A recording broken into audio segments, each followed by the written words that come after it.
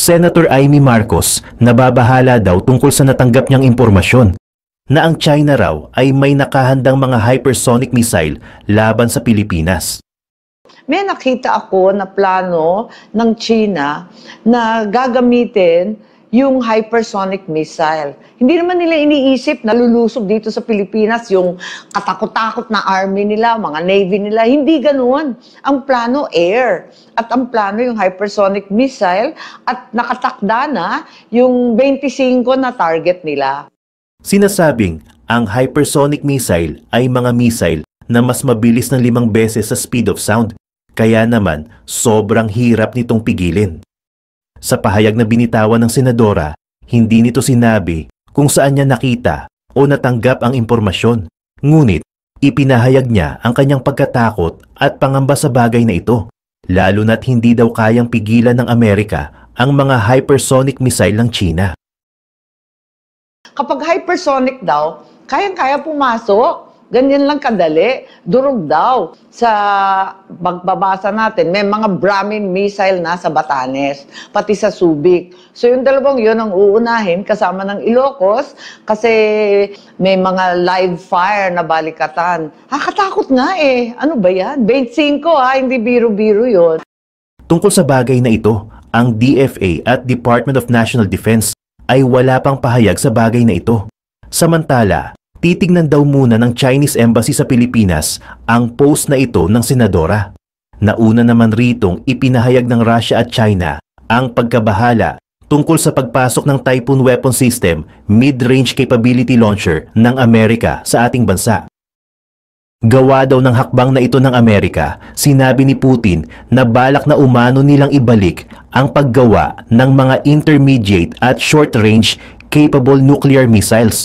Nauna nang nagkasundo ang Russia at Amerika noong 1997 na hindi na sila gagawa ng ganitong armas, ngunit umalis sa kasunduan ang Amerika noong 2019 sa ilalim ng pamumuno ni Donald Trump.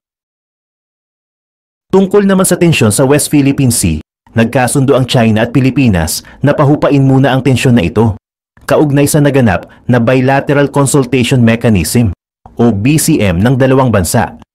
Ayon pa sa pinakamataas na diplomatic official ng Vatican na narito ngayon sa Pilipinas, nananawagan din umano ng kapayapaan si Pope Francis tungkol sa nagaganap na tensyon sa West Philippine Sea, nananatiling para sa kapayapaan ng Vatican. Ayon sa isang pinakamataas na diplomatic official ng Vatican na si Archbishop Paul R. Caliber na nasa Pilipinas ngayon, binigyang diin nito na bagamat ang hiling ni Pope Francis ay maidaan sa mapayapang pag-uusap ang anumang gulo, may dapat din umanong sundin ng mga bansa at ito ay sundin ng international law para sa ikabubuti ng lahat ng kasangkot. Bagamat hindi direktang tinukoy sa pahayag, ang 2016 arbitral ruling ng international law na binabasura sa sinasabi ng China na 9-dash line. Nataon naman sa ika-9 na BCM ng Pilipinas at China ang pagpupulong na ito ng representative ng Santo Papa at ni President Marcos at Foreign Affairs Secretary Manalo, kung saan tinalakay ang mga kaganapan sa West Philippine Sea. Binigyang diin ng DFA sa pagpupulong na ito ang patuloy na pagprotekta nito sa sariling interest at soberanya sa West Philippine Sea. Kinilala din ng magkabilang panig sa pagpupulong na ito ang pagbabalik ng tiwala, kasama din sa pagpupulong ang Ayungin Shoal kung saan papahupain daw ang tensyon at ipagpapatuloy ang pag-uusap. Dagdag pa ang posibleng forum sa Marine Scientific and Technological Cooperation at pagdaraos ng ika-10 BCM sa China. Sa ibang anggulo naman ng balita, ang isang barko ng China na may numerong 3302 na isa din sa nambomba ng water cannon sa humanitarian at support mission sa Panatag Shoal noong Disyembre ay ilang beses nang namataan sa West Philippine Sea.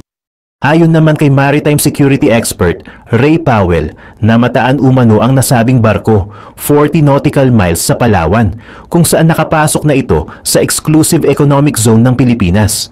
Ayon pa sa AFP, ngayong taon ay umabot na umano sa 50,000 challenges ang na-issue ng Pilipinas ng mga barkong dumadaan sa exclusive economic zone ng bansa. Marami po kasi yung mga mga international maritime highway na tinatawag natin na talagang daanan po ng mga barko, not just mga maritime and commercial ships but even warships.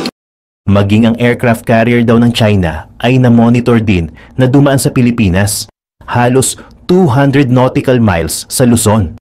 Dagdag pa ng AFP, ang mga Chinese vessel umano sa West Philippine Sea ay bumaba ang bilang mula June 25 hanggang July 1 kumpara noong nakalipas na linggo. Samantala, itinanggi din ng AFP ang sinasabi ng Global Times na nagdadala umano ng mga construction materials ang PCG sa Escoda Shoal. Sinundan naman ito ng Chinese state media na sinasabing indikasyon daw ito na balak daw magtayo ng illegal na maritime base ang Pilipinas sa Ayungin Shoal upang suportahan ang BRP Sierra Madre. Sinabi naman ng AFP na hindi magkakagera kahit magkaroon ng patuloy na resupply mission sa Ayungin Shoal. Hindi po magkakagera, no? Hindi po magkakagera dahil ginagamit po natin lahat ng instruments of national power. Nang sa gayon ay maiwasan po natin yung gera. Ayaw po natin magkagera. Sa mga nakaraang taon, si Chadha ay nagbigay ng malalaking pahayag tungkol sa larangan ng militar, lalo na sa pag-unlad ng teknolohiya ng stealth drone. Pero maraming indikasyon na ang totoong progreso ng CCP sa larangang ito ay malayo sa sinasabi ng kanilang propaganda. Sa Changxing Island, sa ilalim ng maliwanag na araw, may kakaibang eksena na nagaganap. Dalawang modelong tinatawag na stealth GJ-11 drones na parang mga plastik na laruan lang ang nakatayo sa isang simpleng test field. 1 milya lang ang layo, ang malaking hull ng Type 076 amphibious ship ay unti-unting nagkakaroon ng anyo sa dock. Marami ang ginawang big deal ang bagay na ito. Sinasabing plano ng China na ilunsad ang GJ-11 mula sa Type 076 na nagdudulot ng ingay. Ang layunin sa likod ng mga haka-haka ay malinaw para baguhin ang opinyon ng tao at palakihin ang lakas ng stealth drones ng China. May mga aircraft carriers at amphibious ships na ang China, kaya bakit hindi na lang nila subukan ang GJ-11 sa isang carrier-based environment? Bakit kailangan pa nilang mag-ingay sa internet? Ang sagot ay malinaw. Ang China ay talagang nahuhuli sa teknolohiya ng carrier-based stealth drone. Samantala, ang US Navy ay nakapagpadala na ng unmanned combat drone na X-47B sa USS George Herbert Walker Bush 11 taon na ang nakalipas. Kaya ano nga ba ang klase ng drone ang GJ-11? Base sa mga pangunahing parameter, ito ay katulad ng isang fighter jet gamit ang isang flying wing layout na katulad ng China's Rainbow 5 drone na ginagamit para sa ground attacks, reconnaissance at deploying decoys. Ang pinakamalaking selling point ng GJ-11 ay ang tinatawag na stealth capability nito. Pero nakakagulat na walang credible radar cross-section RCS data na opisyal na inilabas. Ang ilang Chinese media platforms ay nag-speculate ng walang basehan na ang RCS ng GJ-11 ay nasa pagitan ng 0.01 hanggang 0.1 M2. Kahit pa totoo ang data na ito, wala itong dapat ipagyabang. Ang GJ-11 ay 5M na mas maikli sa haba, pero katulad ng lapad ng F-35. Pero ang sinasabing 0.01 M2 RCS nito ay mas malaki ng isang order of magnitude kaysa sa 0.005 M2 RCS ng F-35. Hindi pa kasama ang ultra-low 0.001 square meter RCS ng F-22 at B-2 bombers ng US military na nagpapakita ng malaking agwat sa stealth capabilities. Sa harap ng skepticism tungkol sa stealth capabilities ng GJ-11, ang ilang Chinese media platforms ay nagsasabing ang simpleng paggamit ng flying wing layout ay sapat na para sa stealth, at sa pagdagdag ng stealth coatings, mas maganda pa ang performance. Kung totoo ito, dapat sana ay deployed na ang mga stealth bombers ng China. Pero hindi sila nakikita. Ito ay malinaw na nagpapakita na ang stealth coatings ng China ay hindi epektibo. Sa panahon ng Sino-Indian border dispute, dalawang J-20 fighter jets na sinasabing may stealth capabilities ang lumilipad malapit sa China at India border. Pero madali silang natrack ng Su-30 Mk-1 ng India na nagpapakita na ang stealth coating ay hindi epektibo.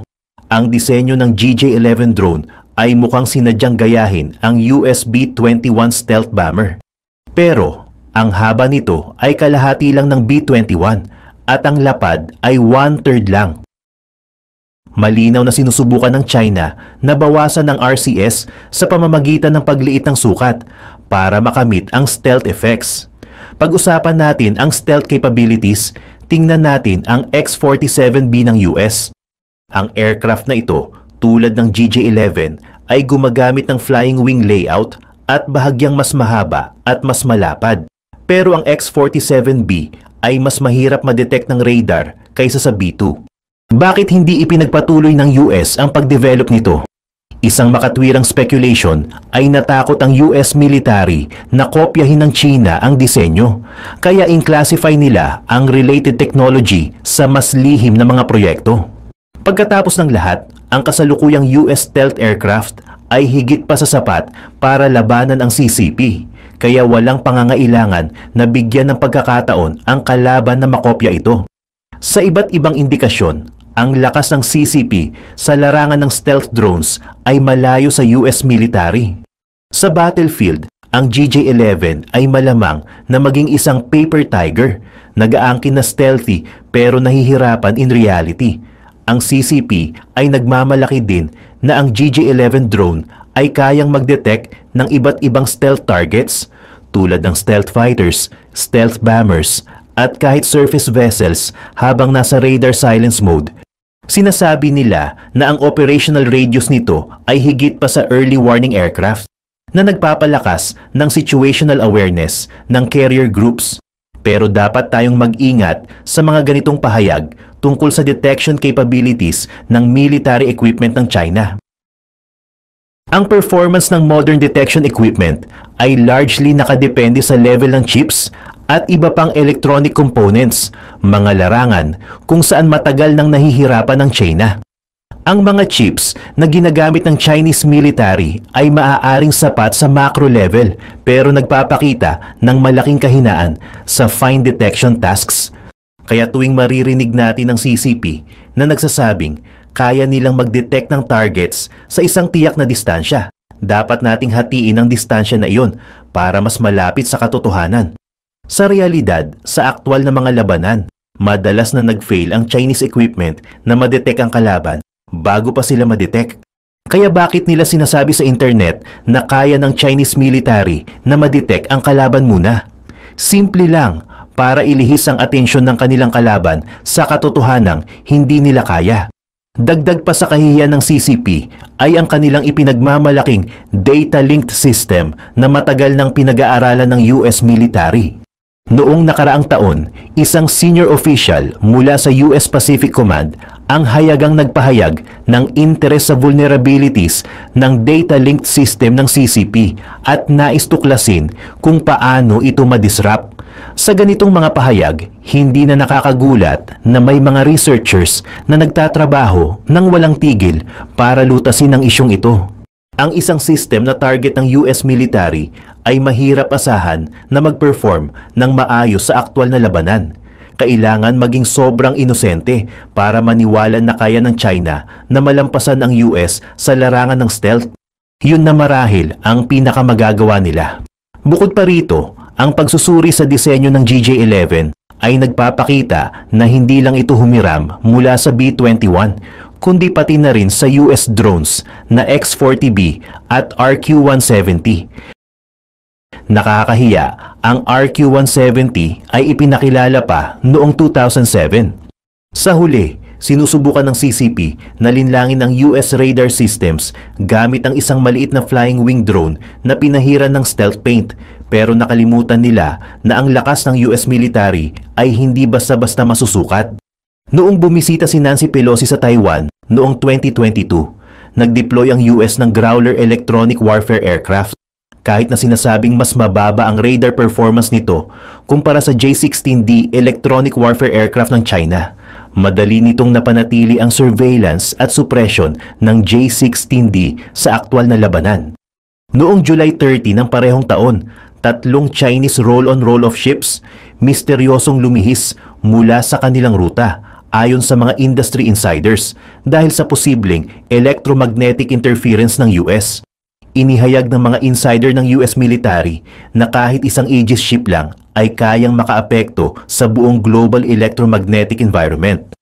Sa harap ng ganitong kalaking technological gap, hindi ba dapat muling i-assess ng CCP ang kanilang posisyon? Walang hiya nilang inangkin na ang GJ-11 ay ang kauna-unahang operational stealth attack drone sa mundo at posibleng ang unang stealth loyal wingman.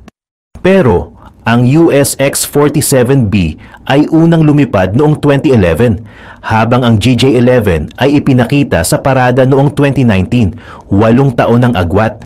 Pagdating sa titulong World's First Stealth Loyal Wingman, lalo pang hindi kwalipikado ang GJ-11.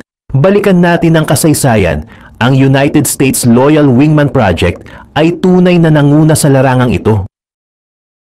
Ang konsepto ay iminungkahi ng US military noong 2015 at ang prototype ng Boeing para sa Royal Australian Air Force ay matagumpay na lumipad noong February 27, 2020.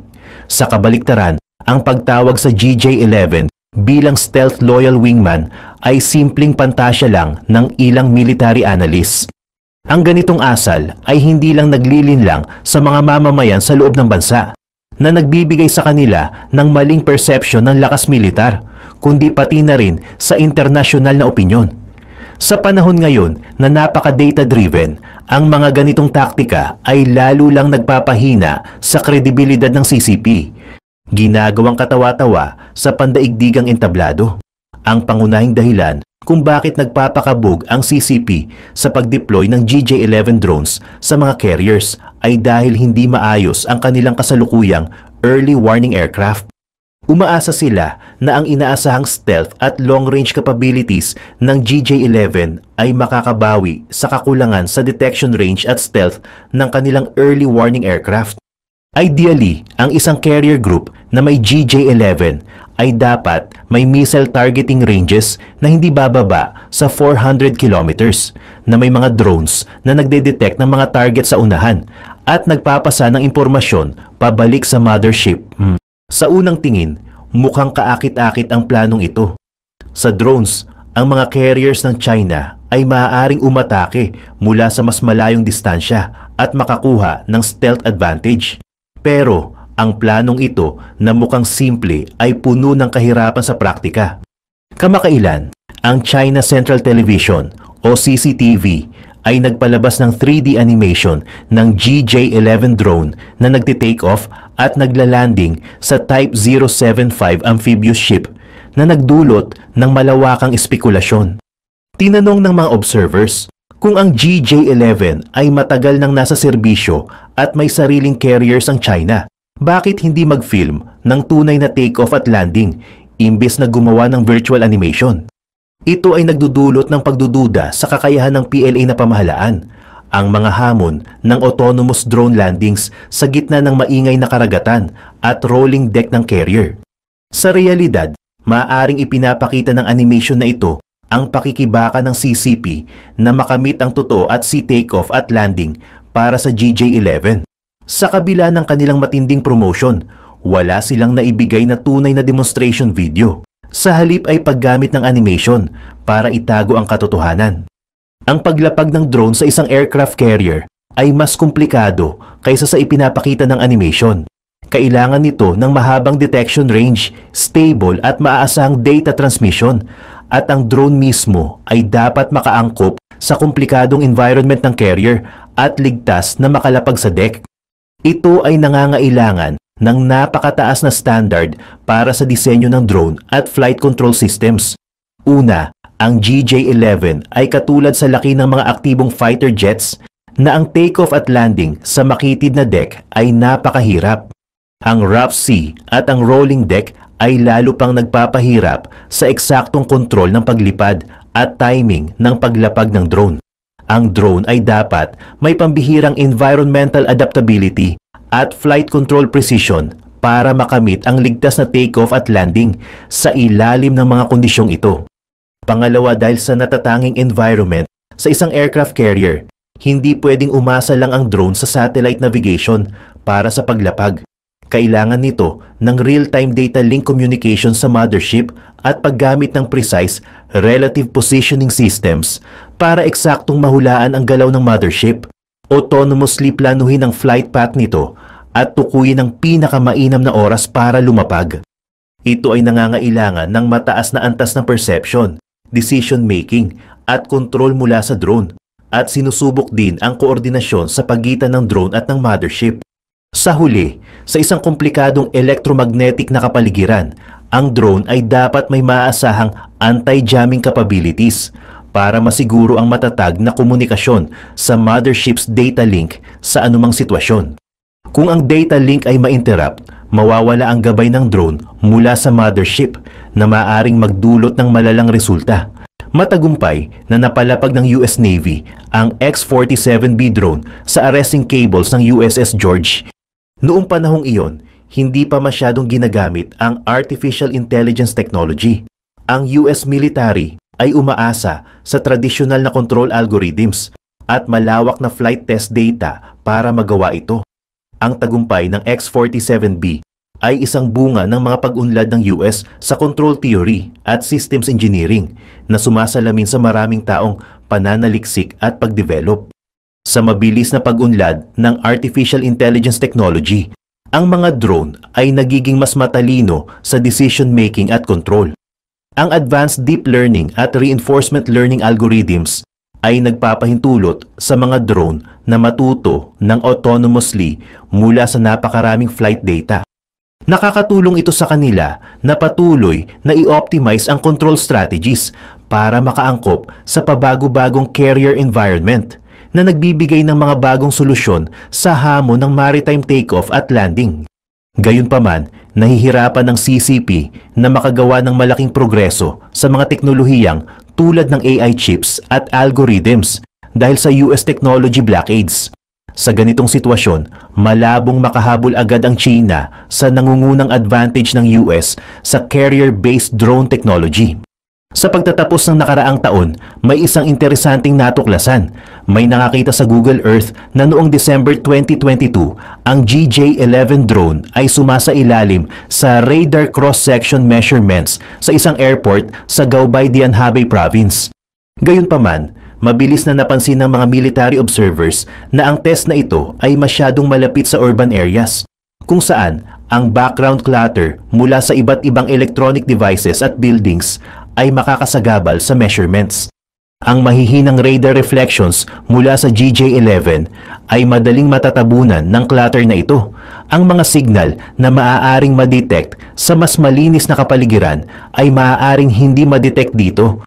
Bilang resulta, ang measured radar cross-section ay maaaring mas maliit kaysa sa aktwal na halaga, na nagpapakita na mas stealthy ang GJ-11 kaysa sa tunay na kalagayan nito. Ang pagpili ng ganitong maingay na kapaligiran para sa testing ay mukhang sinadyang manipulahin ang data at gumawa ng impresibong hitsura. Mukhang pinili ng CCP na maglaro sa mga numero kaysa magpursigi ng tunay na lakas sa military technology. Ipinapakita ng satellite images na ang GJ-11 drone ay sumailalim sa maraming ground tests sa nakaraang taon na may bakas sa mga pasilidad sa Changxing Island at Wuhan na may mga mock-up ng aircraft carrier. Maaari itong mag-simulate ng ilang design parameters, ngunit hindi nito kayang gayahin ang mga alon ng open sea, ang rolling resistance ng deck o ang interference ng sea winds. Kaya, ang mga konklusyong nakuha mula sa land-based model tests ay kaduda-duda pagdating sa reliability at applicability. Habang labis na pinapaganda ng Chinese media ang grand deployment ng GJ-11 drone sa Type 076, inihayag na kinonvert na nila ang merchant ship Shahi Madhabi bilang isang fully functional drone carrier. Dati, isa itong regular na container ship na may Iranian flag. Ngayon ay kaya na nitong magdala ng helicopters at drones sa dagat. Ito ay isang malaking pagkakaiba sa mga mapagmataas na pahayag ng CCP. Mas lalo pang hindi pinapansin ng US ang mga pagsusumikap ng CCP. Ang AI System Vista ay ikinabit na sa isang F-16 fighter jet at ipinahayag ng US Air Force Secretary. Sinabi na itong AI, kahit nasa training pa lang, ay kaya nang mag-decide kung kailan magpapaputok ng sarili nito. Sa 2028, plano ng US Air Force na mag-deploy ng 1,000 ganitong unmanned combat aircraft. Malinaw na pinapataas ng US Air Force ang kanilang laro. Kaya ng AI na solusyonan ang mga komplikadong problema na hindi kayang gawin ng traditional computers gamit ang advanced mathematical formulas at supercomputers. Kapag tinitrain ng AI para sa flight, nagsiset up ang US ng simulated combat scenarios. Hinahayaan ng AI na kontrolin ang eroplano ng ilang minuto. Tapos, pinapatay ang sistema para i-review ang mga areas na kailangan ng improvement. Kung lilihis ang AI system sa tamang landas, pwedeng bawiin ng tao ang kontrol. Minimal lang ang risk ng prosesong ito dahil tinuturo pa rin ng tao sa AI kung paano makipaglaban. Samantalang, ang progreso ng China sa drone field ay puno ng kahirapan. Noong August last year, binaha ang Zhuzhou Flight School, isang mahalagang base para sa pagdevelop.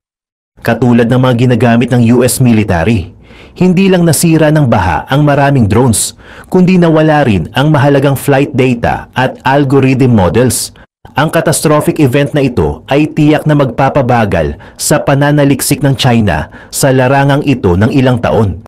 Sa field ng AI drones, lumalawak ang agwat sa pagitan ng China at US. Ang US na may malakas na pangunguna sa AI chips, algorithms at systems engineering ay pinapabilis ang pagdating ng unmanned combat era. Habang hindi naman nalalayo ang China pagdating sa propaganda, nahaharap sila sa malalaking hamon sa chip technology at high-end algorithms na napakahalaga kung saan sila ay heavily constrained. Sa revolusyong ito ng military technology, malamang na maiiwan ng US ang CCP.